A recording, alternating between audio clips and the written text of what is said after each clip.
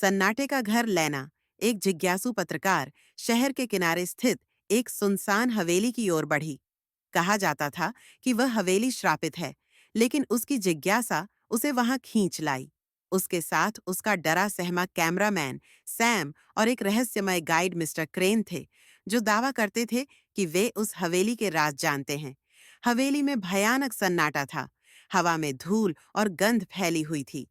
लकड़ी के फर्श की हर चरमराहट अतीत की फुसफुसाहट जैसी लग रही थी। हवेली का हर कोना अजीब और डरावना था।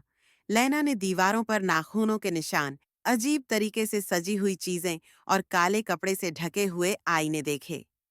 आईनों को ढका क्यों गया है? लैना ने पूछा। मिस्टर क्रेन हल्के से मुस्कुराए। उनकी परछाई टॉर्च की रोशनी में असामान्य रूप से लंबी लग रही थी। ताकि वे हमें न देख सकें, उन्होंने रहस्यमयी स्वर में कहा।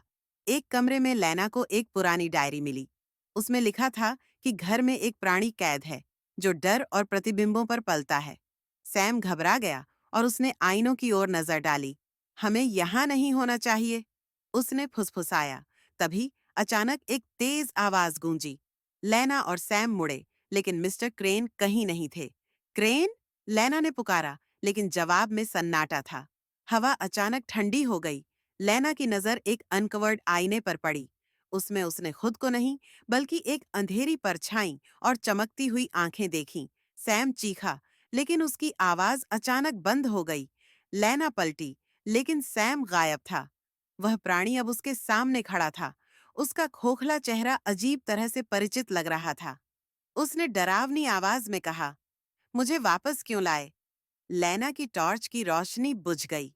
आखिरी चीज जो उसने देखी वह थी अपने डर से भरी हुई परछाई। उस प्राणी की खोखली आंखों में